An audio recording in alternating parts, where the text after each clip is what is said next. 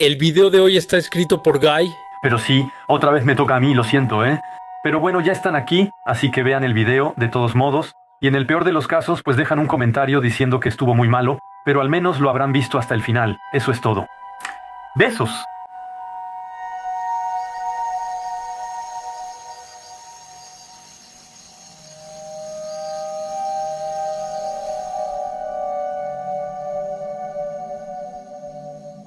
Ya he tratado un montón de casos de ovnis y casi siempre recibo el mismo tipo de comentarios.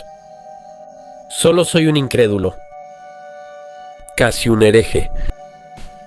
Sin embargo, no es mi culpa si, al investigar un poco, todos los casos resultan ser farsas, malentendidos o historias inventadas para ganar notoriedad o sacar unos euros. Pero ojo, como ya lo dije, yo estoy esperando justo eso. Tener por fin una prueba de la existencia de vida extraterrestre. Entonces quizá no he tenido suerte, que solo me he interesado en los casos equivocados, o no sé. Aquellas con las pruebas más dudosas, como por ejemplo un agujero de poste en un campo cerca de Valence, una bacteria en una estafa de seguros para vacas estadounidenses, 3 amigos que se burlan de los burgueses en Sergi, los defecadores BDSM brasileños, los círculos de cultivo llenos de bobbies. En fin, ya tienen la idea. Vayan a ver mis listas de reproducción, tienen mucho para entretenerse. Así que sigo buscando la prueba definitiva de que los aliens vienen a darnos un beso. Aquí tienen un caso súper famoso donde hay un ovni real, verdaderamente auténtico que mucha gente vio, incluso hay fotos, y que esta vez vamos a ver qué pasa y que después de esto ya no me las voy a dar de listo. Así que tomemos una máquina del tiempo para regresar hasta principios de los años 40 bajo el sol de California. Venice Beach, Santa Mónica, Malibú, lugares míticos que permiten admirar el atardecer sobre el océano. Tomen sus toallas de playa y un suéter ligero para mantenerse abrigados. Aquí estamos en Los Ángeles en la noche del 24 al 25 de febrero de 1942.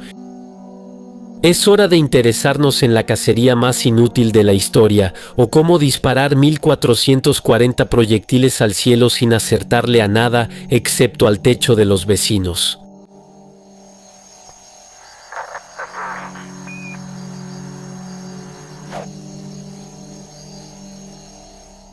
Si tienen algunas nociones de historia moderna, saben que la primera mitad de los años 40 no fue precisamente tranquila. Bueno, en Europa eso es evidente desde 1939, pero Estados Unidos todavía piensa que están tranquilos en su rincón. Tener casi un continente para uno solo, hay que reconocer que eso ayuda. Bueno, un continente sí, pero no solamente eso. También hay algunas islas como el archipiélago de Hawái, un territorio anexado, pero que aún no es el 50º estado del tío Sam. Aún así, ahí se encuentra una base naval que seguramente conocen, Pearl Harbor. Y ya que estamos en eso, termino el resumen histórico, porque en esa época Japón era expansionista y no le gustaba mucho que Estados Unidos frenara sus planes con sanciones económicas. Eso pone de mal humor al emperador Hirohito. Además, los generales del emperador tienen un problema con Pearl Harbor. Es una gran base militar que podría servir como cabeza de puente para Estados Unidos si, además de las sanciones económicas, decidiera ayudar a los territorios codiciados. El mando japonés llega entonces a este razonamiento: sin base naval no hay flota. ¿Sin flota, sin problemas? Sin problemas. Sin problemas. Entonces se elabora un plan para destruir el puesto avanzado estadounidense y obligar a sus barcos a retirarse a las lejanas costas de California. Y así, el 7 de diciembre de 1941 por la mañana, el ataque japonés es lanzado sobre Pearl Harbor por 6 portaaviones, 9 destructores, acorazados, cruceros y cerca de 450 cazas y bombarderos. Las pérdidas estadounidenses son muy graves, con un saldo humano de 3.600 heridos y muertos sin contar los daños materiales. Estados Unidos no se esperaba este ataque, lo que explica las pérdidas. Pero no solo eso. El general Walter Short, a cargo del mando de la base, por ejemplo, no creía en la eficacia del radar. Se trataba de un invento reciente, apenas operativo y poco preciso. Además, era domingo, no había ningún vuelo programado, así que el equipo de vigilancia no fue reemplazado ese día. De igual manera, el general Marshall prefería el telégrafo al teléfono, lo que ralentizó la transmisión de información. Otras fallas de mando, negligencia y sobre todo exceso de confianza también salieron a la luz y se hicieron públicas en los meses siguientes por las comisiones de investigación. Pero dejemos eso, los japoneses asestaron un golpe severo y los estadounidenses que entraron en la guerra están molestos. Bueno, ahora saben por qué las ciudades de la costa oeste de Estados Unidos como Los Ángeles tenían en 1942 baterías móviles antiaéreas y potentes reflectores nocturnos. También hay brigadas de vigilancia ciudadana encargadas de ayudar a los habitantes. El temor a un nuevo ataque aéreo, anunciado como posible por la prensa y el gobierno después del de Pearl Harbor, está muy presente. Y con razón, ya que 3 meses después de esa humillación, el 23 de febrero del 42, el submarino Primero 17 ataca un depósito de tanques de gasolina destinados a la aviación en Santa Bárbara, a menos de 200 kilómetros de la ciudad de Los Ángeles. Pocos daños materiales, pero de nuevo una gran presión sobre la población civil y las autoridades militares. Los japoneses atacaron directamente en suelo estadounidense sin ser detectados ni provocar una contraofensiva. Pero mientras que con este evento la tensión aumenta entre ambos bandos, la llegada de un tercer beligerante va a cambiar la situación. Aquí estamos la noche después del ataque del submarino, el 24 de febrero, con una población y militares muy tensos. A las 19:18 los habitantes son informados por radio de una primera alerta, amarilla, es decir, de nivel intermedio. Se reportan luces intermitentes de naturaleza desconocida cerca de las instalaciones de defensa. Todas las baterías antiaéreas están en pie de guerra, vigilando el cielo y el mar en busca de aeronaves enemigas. Pero los radares no detectan nada. La noche ya cayó hace algunas horas, el cielo está despejado y como no hay nada que permita identificar una posible amenaza, la alerta se levanta a las 22:23. Los habitantes, tranquilos y algunos pensando que solo fue un simple ejercicio, terminan su noche y se quedan dormidos. ¿Pasan algunas horas? Poco después de la medianoche, los radares detectan un eco a 190 kilómetros hacia el oeste, frente a las costas. Un objeto no identificado viene del océano, lo que significa dos cosas: no es un aparato estadounidense ni un avión civil. Así que, muy probablemente, es un avión japonés y puede ser el inicio de un bombardeo sobre civiles.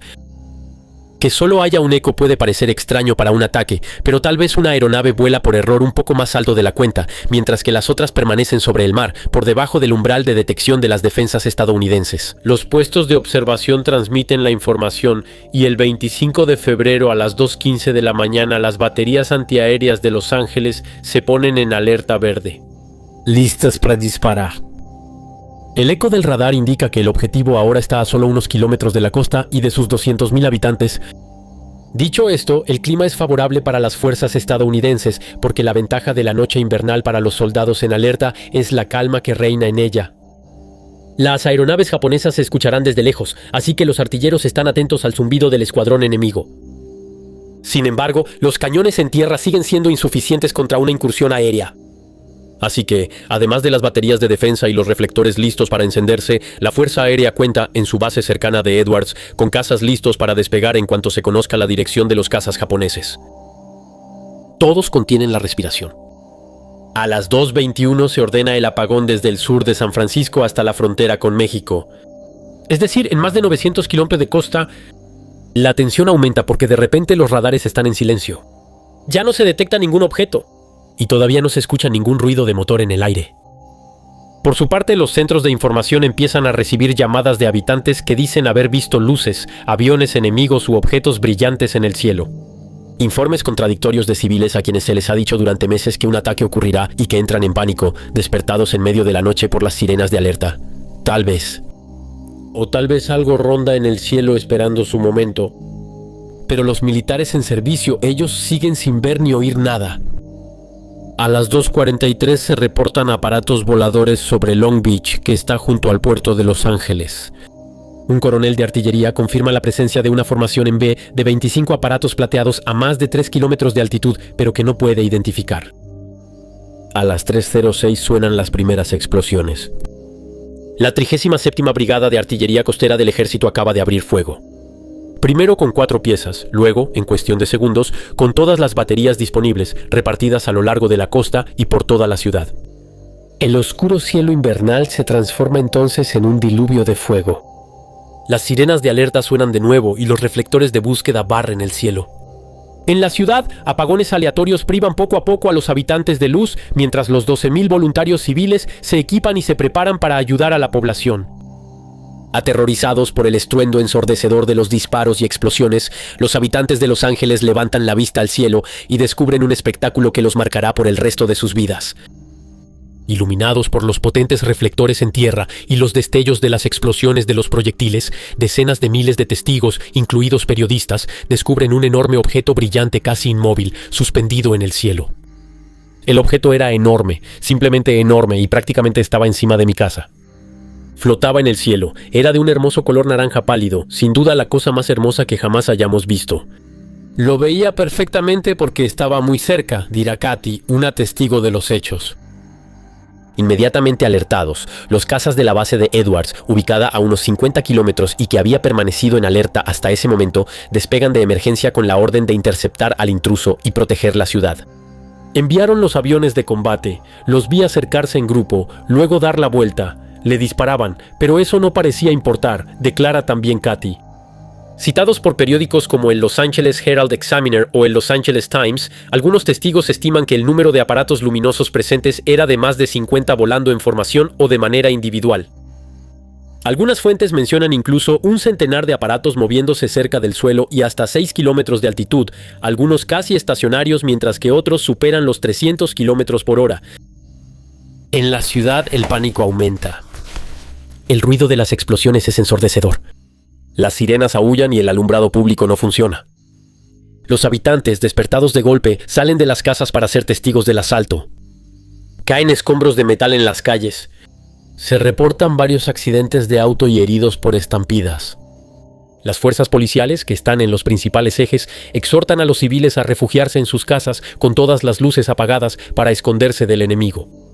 Mientras tanto, la nave nodriza, constantemente iluminada desde el suelo, se mueve lentamente hacia el sur y recorre en 30 minutos unos 40 kilómetros entre Santa Mónica y Long Beach. Durante todo el trayecto los artilleros abren fuego. Balas trazadoras calibre 50 disparos de artillería antiaérea. Los 3.000 soldados de la brigada de artillería defienden la ciudad apoyados por la aviación. Casi 1.500 proyectiles son disparados, es decir, casi uno por segundo. Se reportan impactos directos pero no parecen afectar los objetivos. No hay daños aparentes ni caída de aparatos al suelo. Un habitante dirá al día siguiente, fue como el 4 de julio pero mucho más fuerte. Disparaban como locos pero no podían alcanzarlo. Luego poco a poco, hacia las 4 de la mañana, los disparos se vuelven esporádicos y cesan. El aparato ha desaparecido, el amanecer empieza a asomar en el horizonte. A las 7:21 las sirenas suenan por última vez. La alerta se levanta oficialmente, dejando a los habitantes entre la conmoción por los eventos vividos y la exaltación de una victoria obtenida. En cuanto el amanecer lanza sus rayos plateados a través de las franjas de niebla, llega el momento de constatar los daños y buscar explicaciones a lo que de ahora en adelante será conocido como la Batalla de Los Ángeles. La primera batalla librada y brillantemente ganada por Estados Unidos en su propio territorio contra un adversario que hasta la fecha no ha sido formalmente identificado. Algunos quisieron explicar el evento diciendo que se trataba de globos meteorológicos o dirigibles que habrían sido atrapados en la luz de los reflectores. Globos que resisten 30 minutos de bombardeo con 1.500 proyectiles explosivos disparados desde decenas de baterías antiaéreas. Si de verdad creen eso, vayan a ver mis videos sobre el Hindenburg. Verán qué tan resistentes son. Un globo. Entonces eran aviones. Bueno, ahí tampoco. Bueno, digamos que es muy improbable. Con toda la metralla disparada, es difícil creer que en 30 minutos ningún aparato haya sido alcanzado o se haya estrellado en el mar o sobre la ciudad. Hubo un rumor de un aterrizaje de emergencia en un cruce de Hollywood, pero no se encontró ningún resto. Además, esa hipótesis no concuerda con la velocidad de desplazamiento muy lenta de la nave principal, ni de las otras naves vistas alrededor. Sin embargo, todos los eventos que acabo de describir son los que se encuentran en los sitios sensacionalistas que hablan de esa noche. Y por supuesto la presencia del inmenso ovni que sobrevoló Los Ángeles. Y para ilustrar ese ataque todos usan la misma foto que fue tomada y publicada en la portada del Los Angeles Times al día siguiente. Bien, vamos a poner todo esto sobre la mesa. Imagínense el 24 de febrero de 1942 en Los Ángeles. Estados Unidos acaba de recibir el ataque de Pearl Harbor de lleno y la noche anterior un submarino japonés disparó 25 proyectiles al puerto que está justo abajo de tu casa. Es decir, el nivel de relajación es parecido al ambiente de un concierto de metal con Red Bull y cocaína. Sigan imaginando. Eres un militar encargado de proteger la ciudad y disparar obuses para ti es más que una pasión. Porque seguro que ser artillero es un arte. Para otros puede ser la pintura, la música, todo eso, pero para ti es ser artillero, eso es lo tuyo. Es un arte. Dicho esto, ¿habría un buen y un mal artillero? Bueno, si vemos al mal artillero, pues es el tipo que tiene una batería antiaérea, ve algo que se mueve y dispara, seguro. Luego pues está el buen artillero. El buen artillero es un tipo, tiene una batería antiaérea, ve algo que se mueve y ahí dispara. Pero no es lo mismo, ¿sabes? Está el buen artillero y el mal artillero. Eso es. ¿Se acuerdan de los primeros disparos a las 3:06? Fue contra un globo que llevaba una luz roja. Los militares antes de disparar lo identificaron claramente como un globo. Un simple globo meteorológico, soltado más temprano ese día. ¿Será que los soldados pensaron que era una señal enemiga que querían eliminar? Bueno, de todas formas dispararon. Y una vez que se disparó el primer tiro, pues todos los compañeros también quisieron disparar. Título: por miedo a perderse algo. Entonces, solo les recuerdo un detalle técnico. En esa época, los disparos de artillería antiaérea consistían en proyectiles explosivos lanzados al aire que explotaban con retardo. Si logras darle a un aparato enemigo con un disparo directo, bueno, eso es perfecto, pero si no, saturas la zona para que el cielo se convierta en un campo minado para tus enemigos. Entonces, pues, si el vecino dispara, tú también disparas, aunque no estés seguro de a dónde. Como resultado, explota por todos lados. Y si los artilleros disparan, es porque seguro hay algo. Así que, esa noche, todos en Los Ángeles creen ver aviones japoneses en el cielo. Excepto que detalle nada menor, pues nadie realmente los ve. 4 periodistas del Times recorrieron la ciudad durante la batalla para cubrir el evento y recoger testimonios. Les doy algunos, tendrán más suerte de encontrar coherencia ahí que de ver algún día la tercera parte de Fake Up. Entonces, para los testigos entrevistados por Ray Reseman, el jefe de la policía de Long Beach vio 9 aviones plateados. Para los policías frente al ayuntamiento de Inglewood, entre 150 y 200 aviones a una altitud de entre 7.000 y 9.000 metros, en la comisaría de Inglewood 7 aviones, tal vez 9. Y civiles en la calle vieron combates aéreos entre aviones enemigos y cazas estadounidenses. El periodista Marvin Miles, por su parte, escuchó: «Es todo un escuadrón». No, es un dirigible, debe serlo porque se mueve muy lentamente. Apuesto a que viene de una base aérea secreta en algún lugar del sur, en México. Bill Henry y Scripps Powers Ernie Pyle del Times informan el mismo tipo de declaraciones contradictorias. Pero ninguno de los 4 reporteros vio un avión esa noche. Y ninguna portada de periódico al día siguiente describirá un aparato enemigo, ni grande ni pequeño. Hablan de una explosión en el cielo, daños en tierra y heridos, pero nada sobre posibles aparatos enemigos. Y sobre las llamadas de civiles al centro de información reportando aparatos, ¿cómo decirlo? Es el mismo tipo de testimonios incoherentes. La gente describe aparatos que no puede ver. Yo lo explico. Estamos en febrero, a las 2 de la mañana, está completamente oscuro. ¿Cómo puedes esperar ver aviones con todas las luces apagadas a 9 kilómetros de altitud o incluso a 2 kilómetros? Para que se den una idea, el caza japonés medía 11 metros de envergadura. 11 metros. A 2 kilómetros de distancia, eso da un tamaño angular ridículo, que se habría visto en una noche oscura. Incluso de día, un Cessna moderno que tiene el mismo tamaño es difícil de ver a esa distancia. Piensa en todas las veces que has escuchado pasar una avioneta o has mirado hacia el cielo solo para batallar muchísimo para encontrarla en la inmensidad del cielo azul. Bueno, pues ahora lo mismo. De noche, con todas las luces apagadas. ¿Y sobre los impactos que se ven en ese enorme objeto naranja de allá? Bah, son solo los proyectiles que explotan en el aire como se supone que deben hacerlo. El objetivo de un proyectil no es destruir su objetivo al golpearlo directamente, ¿eh? Bueno, si pasa, es un extra. Pero acertarle a un objeto en movimiento en el cielo, eso está difícil. Así que los proyectiles explotaban lanzando suficiente metralla a unas decenas de metros alrededor para dañar un aparato cercano. Y esas explosiones son de color naranja. ¡Qué casualidad! Todo esto nos lleva a la pregunta de Dark Alien del 78 que pregunta: de todos modos, está la foto del FBI en los periódicos del ovni volador. Tú solo te pagan para que no sepamos la verdad. Eres solo el loro del gobierno. Sí, no, mi Maybash, él en realidad preguntaría, ni siquiera es una pregunta. Pero es cierto que el ovni de esa noche fue fotografiado y la foto se publicó en la portada al día siguiente. Una sola y única foto en 30 minutos pilotando un ovni que posa tranquilamente sobre el Bush Noir, inmóvil frente a decenas de periodistas. en primera fila en una de las ciudades más grandes de Estados Unidos. Esta foto la vamos a volver a ver más adelante. La famosa imagen donde se supone que vemos un enorme ovni sobre la ciudad. Por las descripciones y los testimonios que se reportaron, ¿no tenían más bien en mente algo tipo Día de la Independencia?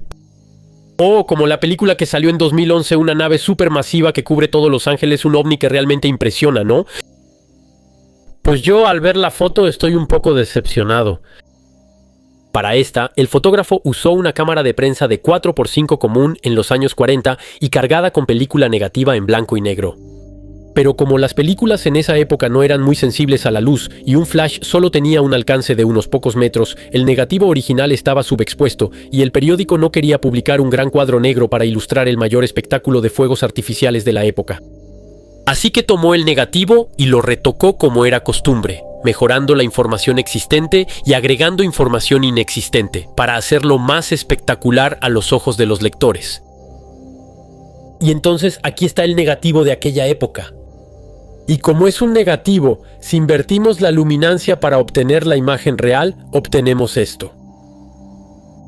Está bastante lejos de la imagen publicada, ¿no? La foto original solo muestra 6 focos iluminando algunas explosiones de proyectiles antiaéreos.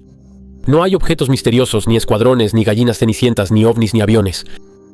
Como explicó más tarde el Los Angeles Times, cito, la línea del horizonte estaba oscurecida con tinta. Se había usado pintura, similar al corrector líquido, para aclarar los haces de los reflectores y transformar los puntos de luz parásitos en destellos antiaéreos. La parte de la imagen, identificada por los ufólogos como una nave espacial extraterrestre, fue formada por gotas de pintura sobre la impresión. Y como anécdota, la teoría del ovni no apareció sino hasta principios de los años 80 en la revista Fate. Nunca se habló de eso en aquella época. Aquí está uno de los descubrimientos de esta revista mensual. Les traduzco los titulares principales para quienes no hablan inglés, ¿eh? Un cielo lleno de ovnis, las pruebas científicas de los sanadores psíquicos, las experiencias cercanas a la muerte del niño, el infierno. Pueden encontrar ejemplares en eBay si así lo desean. También es en esa misma década cuando aparece el testimonio de la famosa Katie, quien vio un objeto inmenso sobre la ciudad, pero de quien no se sabe nada. Y de nuevo, solo un testimonio de un objeto inmenso entre 200,000 habitantes. Así que no hay ovni, solo un bonito espectáculo de fuegos artificiales y fin de la historia. Técnicamente sí. Pero el evento de todas formas tuvo algunas consecuencias. Para empezar, los daños de esta no batalla que dejó 5 muertos. No por las bombas enemigas, porque no hubo bombardeo ni enemigos, sino por la oscuridad, las colisiones e incluso ataques cardíacos. Como Henry Ayers, de 60 años, que murió al volante de su auto lleno de municiones que llevaba a los guardias nacionales. O George Vale, agente del servicio de alerta aérea que también falleció. Recordemos también que 1.500 proyectiles explosivos que estallan sobre una ciudad, pues son 9 toneladas de chatarra que caen. Sin contar los disparos de calibre 50, y no son pedacitos pequeños. Tenemos a una mujer y su sobrina que apenas escaparon de un escombro que cayó en su habitación, o fragmentos que atravesaron los autos y terminaron en una cocina y una sala. También hay proyectiles que no explotan en el aire, sino que lo hacen una vez que caen al suelo, en medio de las viviendas. Y a veces ni siquiera explotan en el suelo, lo que obliga a cerrar las calles para desactivar los explosivos en la zona. Con las manos desnudas, como aquí por el sargento Weathers en Santa Mónica. Por suerte, las leyes de Murphy estaban de descanso esa noche. Mucha pánico entonces, amplificado por los destellos de las explosiones en la oscuridad de las calles. Por cierto, en caso de que sea necesario aclararlo, el apagón en la ciudad no tiene nada de misterioso. Eso lo ordena el ejército, como se hacía sistemáticamente en caso de un ataque aéreo. Así se evita que los pilotos enemigos puedan localizar sus objetivos en medio de una ciudad con el alumbrado público encendido. Sin embargo, eso solo apaga el alumbrado de las calles, no las casas ni las tiendas. Y eso pone nerviosa a la gente del barrio, que no les gusta mucho que una vitrina iluminada delate su ubicación. ¿Nerviosos? Como ven, piensan sobre todo en un robo oportunista.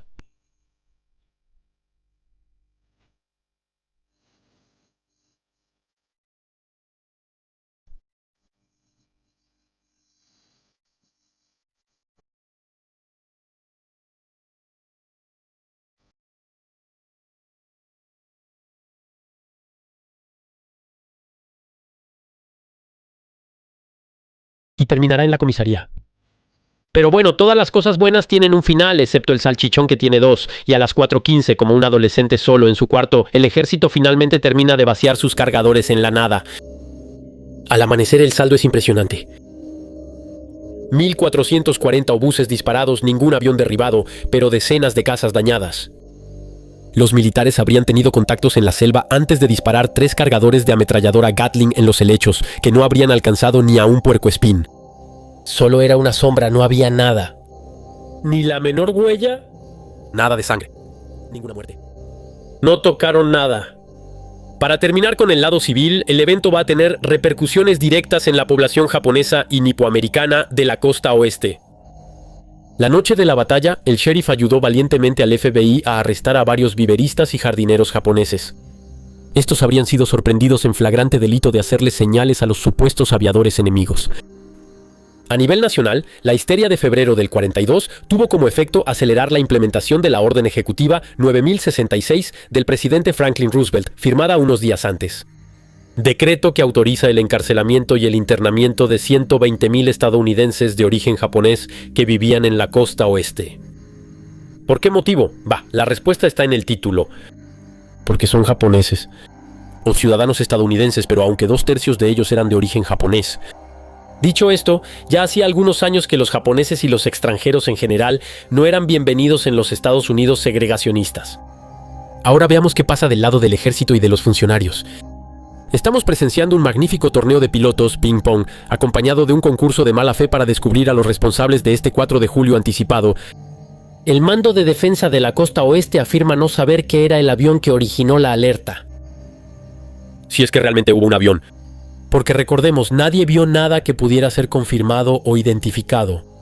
El general de DeWitt felicita a sus tropas por su vigilancia.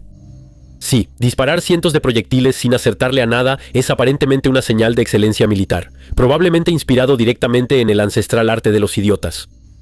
Henry Stimson, secretario de guerra, intenta salvar las apariencias con un discurso confuso mencionando 15 aviones no identificados que tal vez fueron comprados comercialmente por agentes enemigos para detectar la ubicación de las baterías antiaéreas.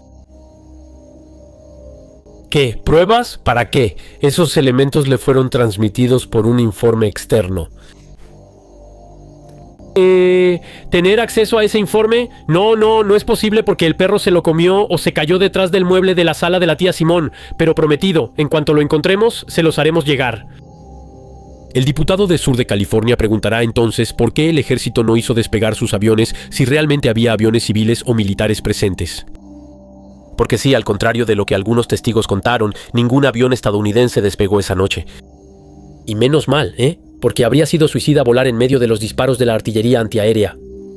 Frank Knox, secretario de la Marina, lo hace más simple. Fue una falsa alarma. El inicio de los disparos se debió a la nerviosidad de los soldados. Eso es todo. Gracias. Adiós. Lo que obviamente provoca una protesta de los californianos que no aprecian mucho que les digan que se asustaron por nada. El Los Angeles Times responde de inmediato en un editorial: los nervios, señor Knox. ¿Los nuestros o los del ejército?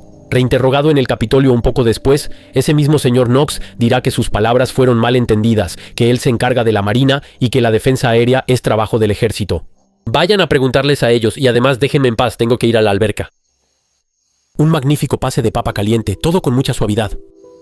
Entonces, si resumimos, para el ejército, en primer lugar, no había nada. Y luego, algunos civiles dicen que sí, que había aviones. Entonces el ejército modifica sus declaraciones y llega a un punto medio anunciando entre 1 y 5 aviones.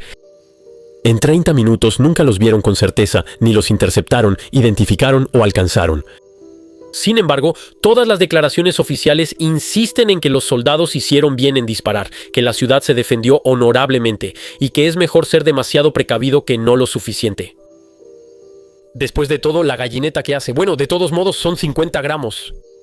Entonces es peligroso, no se lo pueden imaginar, Ustedes no saben lo que es una embestida de gallineta.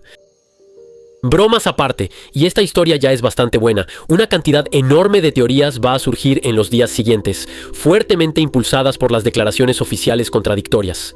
Como hipótesis descabelladas, mencionemos pruebas de aviones secretos, agentes infiltrados, una base japonesa secreta en México o un submarino que funciona como portaaviones.